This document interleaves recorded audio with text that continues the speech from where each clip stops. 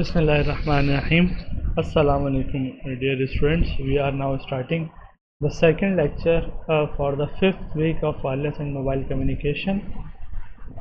This lecture is in continuation with our first lecture, where we started discussion on path loss modeling, and we discussed that path loss models enable us to estimate the received power when we know the transmitted power and other parameters related to the propagation. We started our discussion with one very commonly used model, which is named as free space propagation model. In free space propagation model, the received power is related by the transmitted power by using free space equation, which is given here. This received power PR is actually dependent on many parameters. You can see that first two parameters PT and GT, these are actually the transmitted power of the transmitter antenna and the gain of the transmitter antenna. So these two parameters are actually related to the transmitter side of the communication link. The next term GR is related to the received antenna or receiver side. This is the gain of the receiver antenna.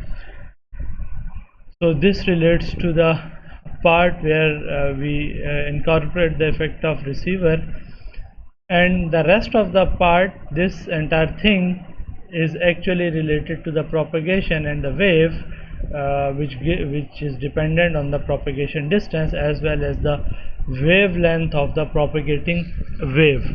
So this part is primarily related to the path loss which we encounter when the wave propagates through free space. I also mentioned that this PT and GT, sometimes we combine them into a parameter named as effective isotropic radiated power, EIRP. That means if we replace our transmitter antenna with an isotropic antenna, so what power would be required for that isotropic antenna, that will be given by this EIRP value. One important thing that you should note that is the dependence of received power on distance. You can see as we increase the distance, that means separation between transmitter and receiver, the received power decreases, and this decrease is actually related to the square of the distance. So this received power is actually inversely proportional to the square of the distance between transmitter and receiver.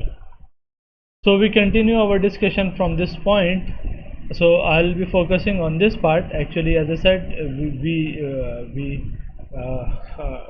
relate this part with the loss, propagation loss, and you know that loss is actually the reciprocal of gain. So we define this entire expression for the received power like this one.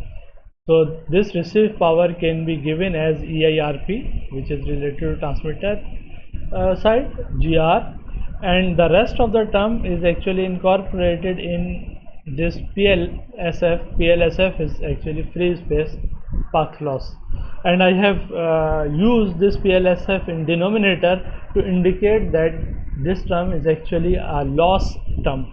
So if we relate the previous term with this one, so actually the loss is reciprocal of this entire term what we have here. So we can write PLSF to be equal to 4 pi square d square over lambda square. So this expression gives you the value of the loss that will be encountered when the wave propagates through the free space. In most calculations we use decibel units to calculate the power for the receiver antenna, and in general in communication link design, the link budgeting and the power calculation, the decibel units is very commonly used. And you know that in decibel units, this products term, because of the logarithmic nature, because decibel is related to logarithm, so this product term, they become sum terms, and the division side, they becomes negative term in the decibel relationship. So if we want to represent this expression of a free space, free space equation in decibel units, so we can write it as this value, that this is PR, received power, in decibel dBm, or dB with respect to milliwatt. This will be equal to EIRP in milliwatts as well. GR will be the gain of the receiver antenna in decibels, and this free space path loss in dB.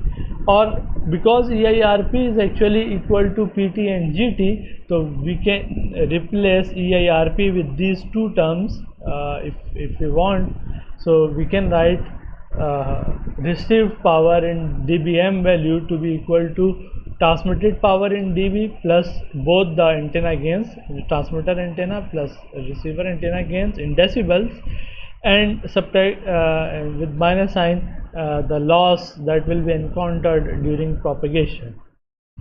So this is the same expression, free space equation, represented in dBm.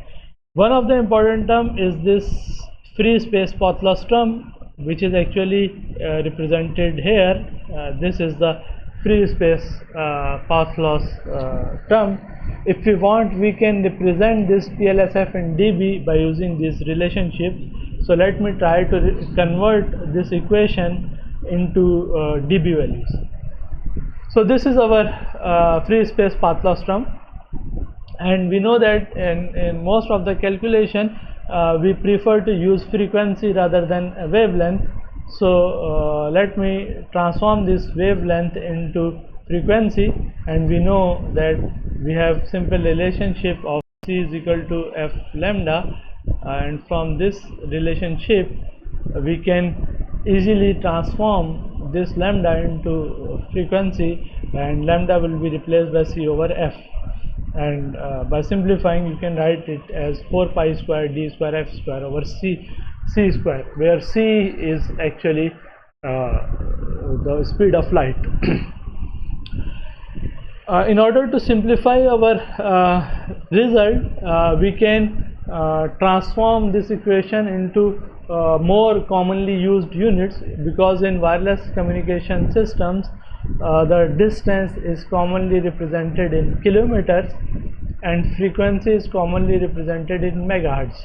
So if we enforce a condition that we would take distance in kilometer in this expression and frequency in megahertz in this expression, so we can write it as d, and this 10 raised to power 3 factor we have to include it, because we are trying to convert the distance in kilometer to meter. So if we want to take distance in kilometer, this d kilometer show that we are taking the value of d in kilometers multiplied by 10 raised to power 3. Similarly, if we want to take the frequencies in megahertz, and mega is 10 raised to power 6, so we have to multiply this factor by 10 raised to power 6. And c is constant. We know that this is 3 into 10 raised to power 8, so we can simply substitute value of c here, 3 into 10 raised to power 8.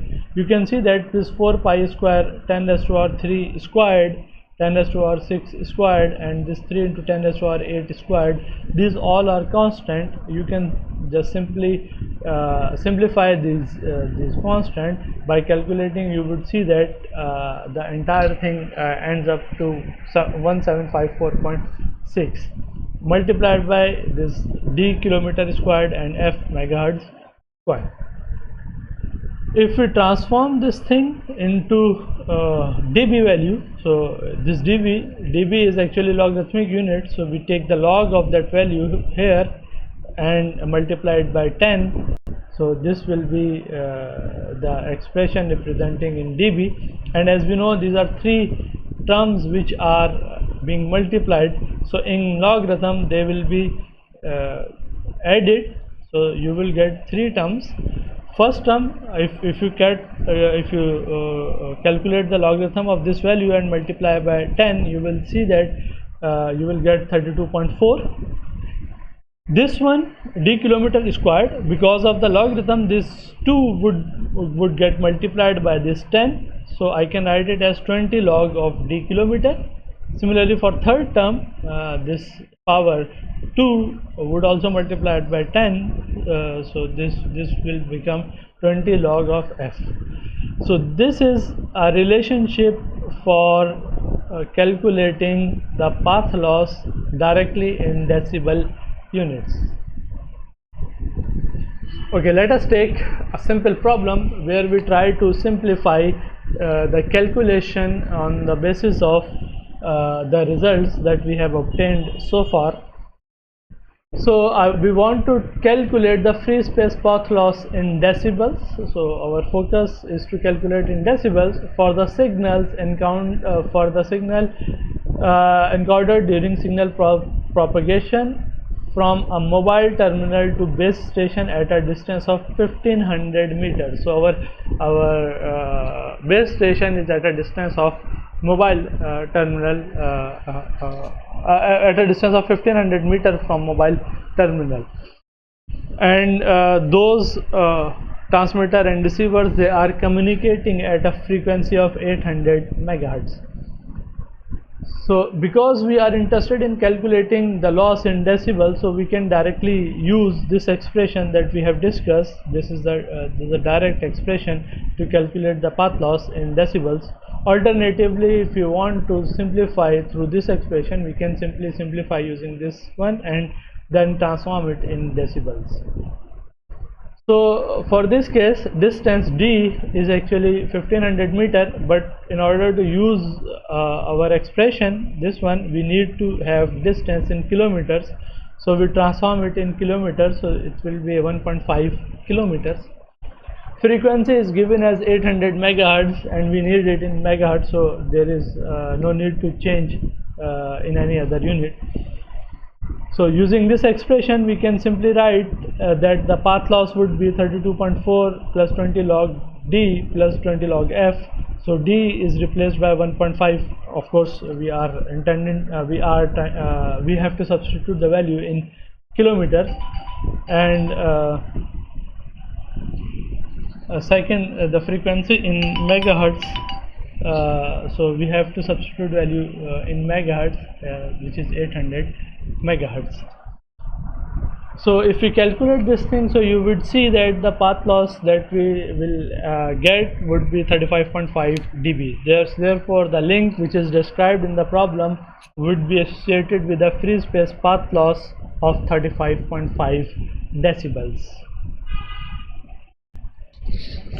Okay, at this stage I want to give activity. It may be taken as an assignment. I want all of you to plot the free space path loss for different frequencies.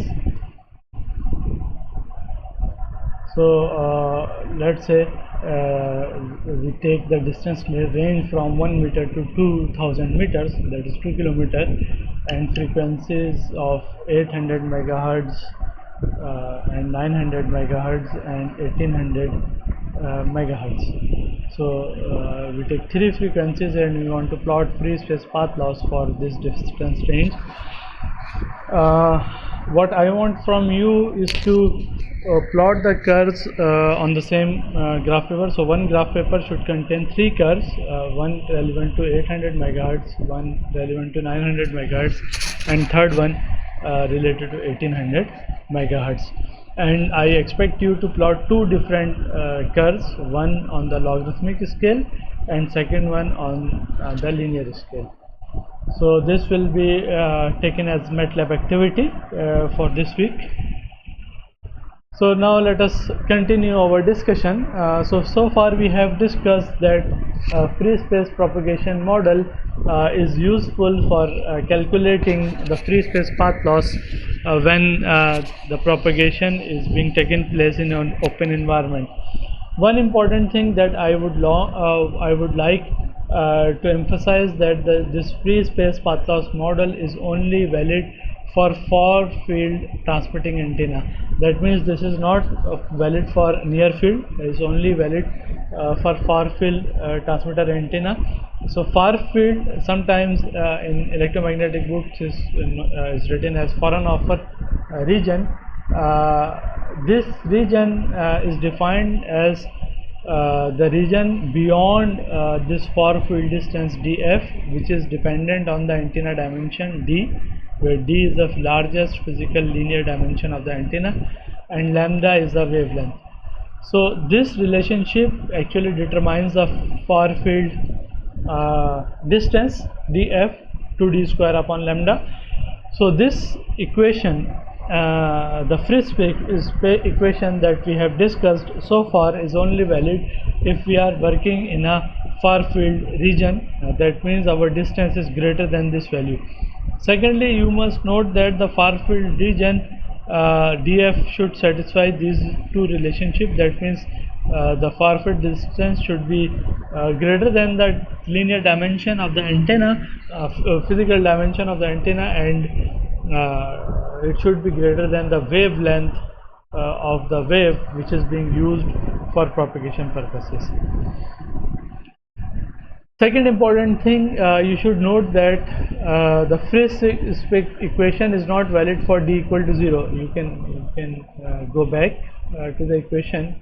You can see here, if we substitute d equal to 0, you would see that the received power would become infinite, which does not make any sense. Actually, this is related to this far field relationship. As I said, we can have the free space equation. We can use free space equation only if we are working in the far field region. So this is important that d equal to 0, this equation is not valid for d equal to 0. So in practice, what we do, we generally take a reference distance d naught. In wireless propagation, is very common to take d naught equal to 1 kilometer. So this is a close-in reference point that we choose, and we determine the power at that point. So received power at this reference point is known, and on the basis of this reference power and reference distance, we can calculate the received power at any other distant point by this relationship which is given here, that PR, received power at any distance d, is related to this power at the reference point multiplied by this ratio of distances, the actual distance where we want to calculate the power, divided by the reference distance whole squared. This whole square is logical, as we already know that the received power is actually dependent on the square of the distance, as we discussed in our previous slide, that this received power is actually related to the distance squared.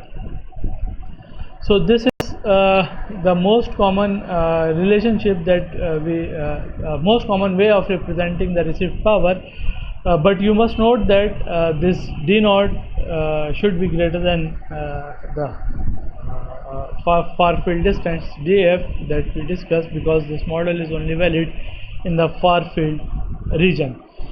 For practical purposes, actually, we generally take this d naught to be equal to 1 meter if we are working in an indoor environment, and typically this d naught is taken as 100 meter or 1 kilometer if we are working in outdoor environment.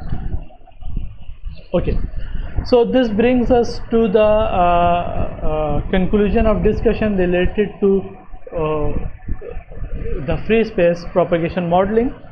At this point, I would like to discuss few problems related to the free space propagation modeling before we start our next model. So let us take a simple problem. This is actually example 3.1 in second edition of the Rappaport's book. So we want to find far field distance for an antenna with maximum dimension of 1 meter. So maximum dimension of antenna is 1 meters, and the operating frequency is 900 megahertz only. So 900 operating frequency means because for far field distance we are interested in calculating the wavelength.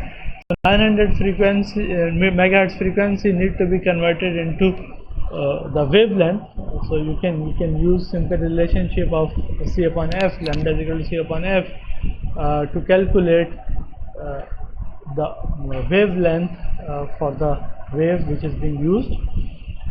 So this is 3 into 10 raised to power 8 divided by 900 into 10 raised to power 6 megahertz, which comes out to be 1 upon 3, which is equal to 0.3. And the largest dimension of antenna is given as 1 meter. Therefore the far field distance for this particular case would be 2 into 1 square divided by lambda, which is 0.33, and this comes out to be 6 meters. So for this particular case we have a far field distance of 6 meters. Let us take another problem. If a transmitter produces a 50 watts of power, so we are given the transmitted power which is 50 watts. We want to express this transmit power in units of dBm and dBw. So let us first complete this part, then we'll discuss the second part of the problem. So we want to transform this transmitted power in dBm and dBw. As we know that the dB unit is actually the logarithmic unit which is calculated on the basis of specific reference. So for this particular case, if we want to calculate the transmitted power in dBm, so what we can take, we can divide this transmitted power, because dBm is actually milliwatts. So the reference, whenever we are calculating the unit in dBm, so the reference should be 1 milliwatt. So we want to divide this 50 watts of power with 1 milliwatt reference and take log and multiply it by 10. So this turns out to be 47 dBm power. Similarly, if we intend to calculate the power in dBw, for dBw we only change the reference, because for dBw the reference power is used as 1 watt. So by definition dBm is based on the reference of 1 milliwatt, and dBw is based on the reference of 1 watt. So what we have to do, we need to divide this 50 watt power with the reference value, which is 1 watt here, and then take log and multiply it by 10. So if you calculate, you will get a value of 17 dBw. Okay, now let us move on to the second part of the problem. If 50 watt is applied to a unity gain antenna, so we are given that the antenna gain is unity with 900 megahertz carrier frequency. So carrier frequency is given, which is 900 megahertz. We want to find the received power in dBm at a free space distance of 100 meter from the antenna. So we have free space distance of 100 meter from the antenna, and we want to calculate the power there. So what should be the power? We are also assuming that the receiver antenna also has the unit gain. So both transmitter and receiver antennas, they are having a unit gain. Secondly, the loss of the system loss term is not mentioned here. As I said, we typically take that loss L equal to 1, so we will also take that loss term equal to 1. So this loss will also be 1. So this is our free space equation to calculate the received power. So you can simply substitute the value. PT is known, which is 50. Gain is unity. We know that the receiver antenna gain is also given as 50. Lambda we have calculated, actually we calculated in the previous problem, not here. because we are using 900 megahertz, so lambda would be 1 upon 3. So this lambda is 1 upon 3 squared. 4 pi square is constant. Distance is given as 100 meter in the problem, and this loss term, because it's not mentioned, so we are assuming that the system loss is all there is no system loss, so therefore this loss term is also 1. So you can simplify this expression and calculate that the result comes out to be 3.5 into 10 raised to power minus 6, which is actually 3.5 into 10 raised to power minus 3 milliwatt. This is the received power, but the question says that we want to have received power in dBm, so we can simply transform the received power in dBm like we did for the transmitted power here, that whatever power you get, you divide it by 1 milliwatt and then take log and multiply it by 10. So this PR dBm would be be given by converting the received power, the milliwatt power, into the logarithmic unit. So if you simplify this thing, you will see that the received power comes out to be minus 24.5 dBm. Okay, so this is one part of the problem. There is another thing which is asked here, that what would be the power at 10 kilometer distance. Actually there are two ways to do this part. In first way, you can use the same Friis equation like we did for 1 milliwatt 100 meter distance. So you simply change the distance and recalculate everything to get the received power at 10 kilometer distance.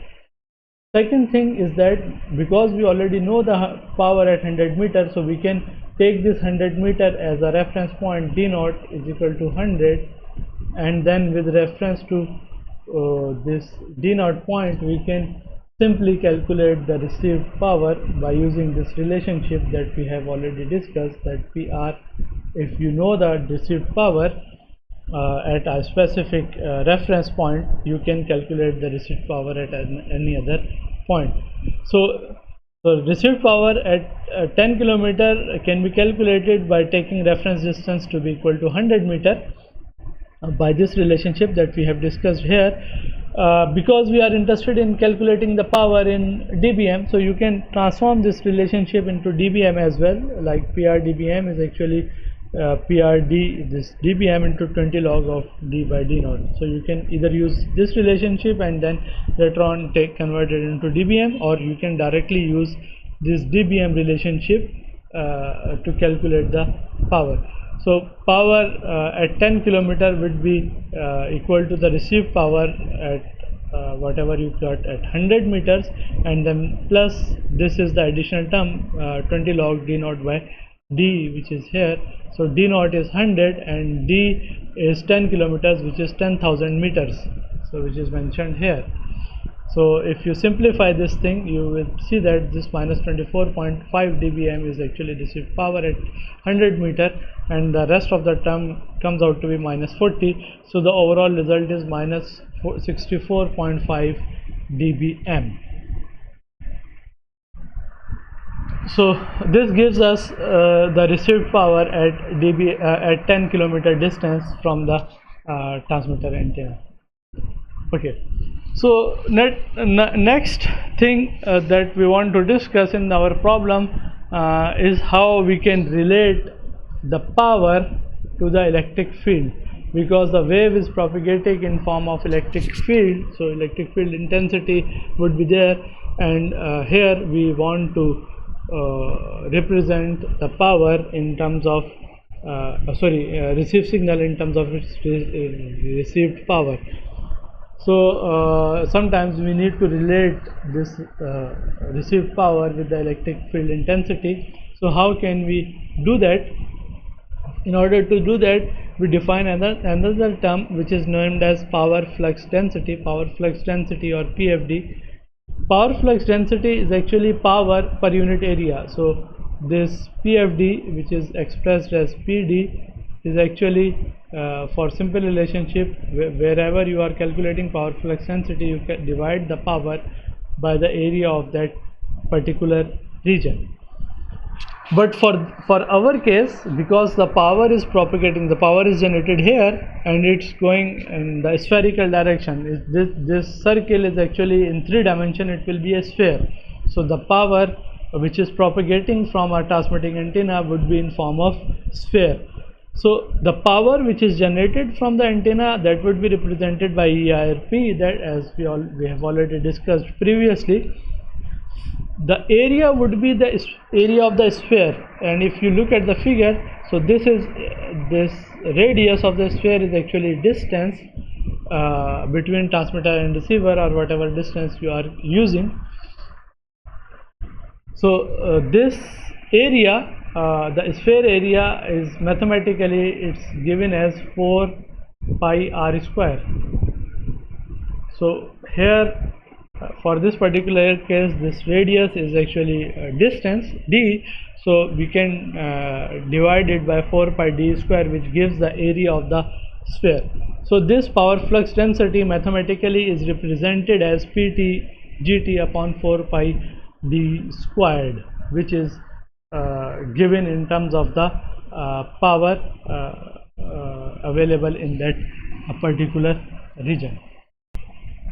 Okay, so this is our first part, how we can relate this power flux density with the this power, transmitted power. Second thing, we know that power at any point, if we think in terms of circuit theory, so you know that the power is actually V square upon R. So this is the relationship that we commonly use to calculate power.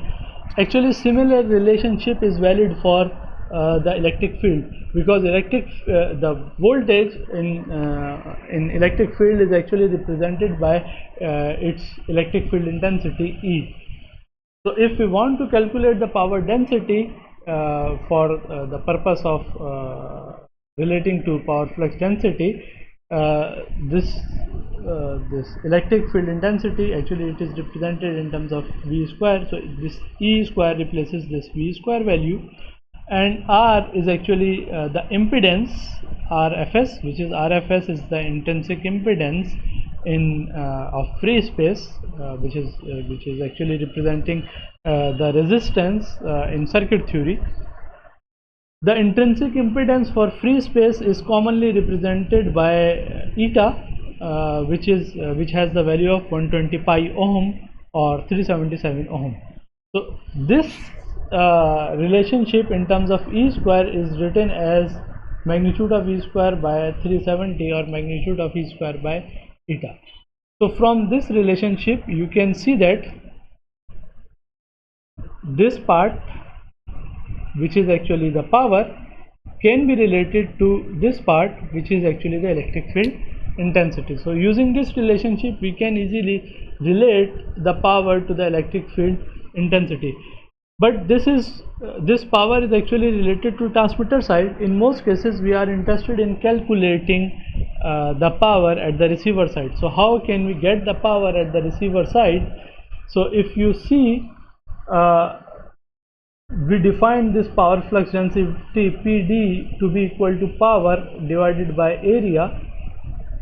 If we want to find this power, so what we have to do, we have to multiply this PD by area. So power at the receiver side would be equal to power density multiplied by the effective area of the receiver. So this is the relationship which we use for calculating the power at the receiver side. And PD, we know that PD is magnitude of E square by 120 pi multiplied by AE, where AE is actually the effective aperture, effective area of the antenna. If you recall, we have already discussed that we can simply relate this effective area with the gain of received antenna. Let me quickly go back to that particular relationship. So you can see that this is the relationship that we have discussed previously, and this is this is the relationship that we have discussed previously in order to relate the gain with aperture AE. So if you simply, if we are talking in terms of receiver antenna, so this gain would become GR, receiver antenna gain, and then you can multiply it by lambda square and divide by 4 pi to calculate the value of AE that we need to use in the other equation. So you can see that we can relate this AE with the receiver antenna gain by substituting the values that I have shown previously, and this E square upon 120 pi, this is actually this can actually be replaced by this PT GT upon 4 pi d square, and if you simplify everything, you would see that the overall result would be this value, PT GT GR lambda square upon 4 pi square d square. This is the received power, and if you look closely, you would see that this received power PD and this relationship, it is actually the same as the Friis equation that we have already discussed previously in our discussion related to the received power. So you can see that we have a simple relationship. If you know the received power at the receiver antenna side, we can relate it to the electric field intensity at that receiver antenna side, and that can also be related to the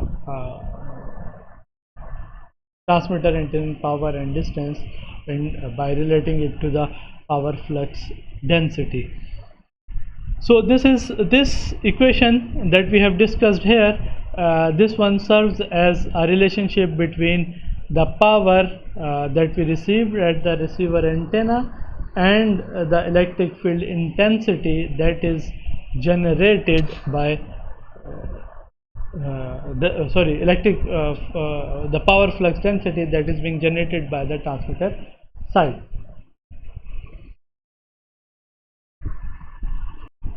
So at this point, let us take a simple problem related to the discussion that we had so far. So assume that a receiver is located at 10 km from 50 watt transmitter. So we know the transmitted power. The carrier frequency is 900 megahertz, which can be used to calculate the lambda, which is 1/3, as we have calculated before. The gains G2 GT, which is transmitter antenna gain, is unity, but receiver antenna gain is given as 2. The receiver antenna has a resistance of 50 ohm, which is given here. So first thing, we want to calculate the power at the receiver side. This is same as we did in our previous problem. You can simply use this Friis equation. This is the same relationship to calculate the power, and in order to transform that power into dBm, you can simply take the 10 log value so that you get the power in dB units. So if you simplify, you will see that the power that you get is minus 61.5 dBm. Okay, second part of the problem is related to the discussion that we had in the previous slide, the magnitude of E field at the receiver antenna. You can see that the magnitude of E field is related to the received power by this relationship. So E field is given here, and you can relate it with the received power, and as we want to calculate E and we want to relate it PD, you can simply multiply this 120 pi there and divide by AE and take square root. So you get a relationship like this. The magnitude of E field is actually under root of PR D, which is the received power, multiplied by 120 pi upon AE, and AE, as we have discussed, is actually related to the receiver antenna gain, which is given by this value GR lambda square upon 4 pi. So if you simplify this entire relationship, you would see that the result would be 0.0039 for magnitude of E field, and E field is calculated in volts per meter, so this will be 0.0039 volt per meter. As we already know that this E field is actually it actually induces a voltage at the receiver side, and that voltage is typically given by this relationship V antenna, which the voltage which is induced at the antenna, this will be equal to the received power multiplied by 4 times the receiver antenna, resistance of the receiver antenna. The resistance of receiver antenna is given as 50 ohm here. So if you simplify this thing, V antenna is equal to under root PRD into 4 receiver antenna, you would see that the entire value ends up to the 0.374 millivolts. So this will be the voltage that will be induced at the receiver side when we have this received power at the receiver antenna. So for this lecture, actually we discussed two things. First thing, we tried to represent the free space path loss in dBm value. We also discussed some other forms of the free space propagation model, and second thing that we have discussed in this lecture is how we can relate the electric field intensity with powers here. So I think this is enough for this lecture, so we'll stop here. Thank you all.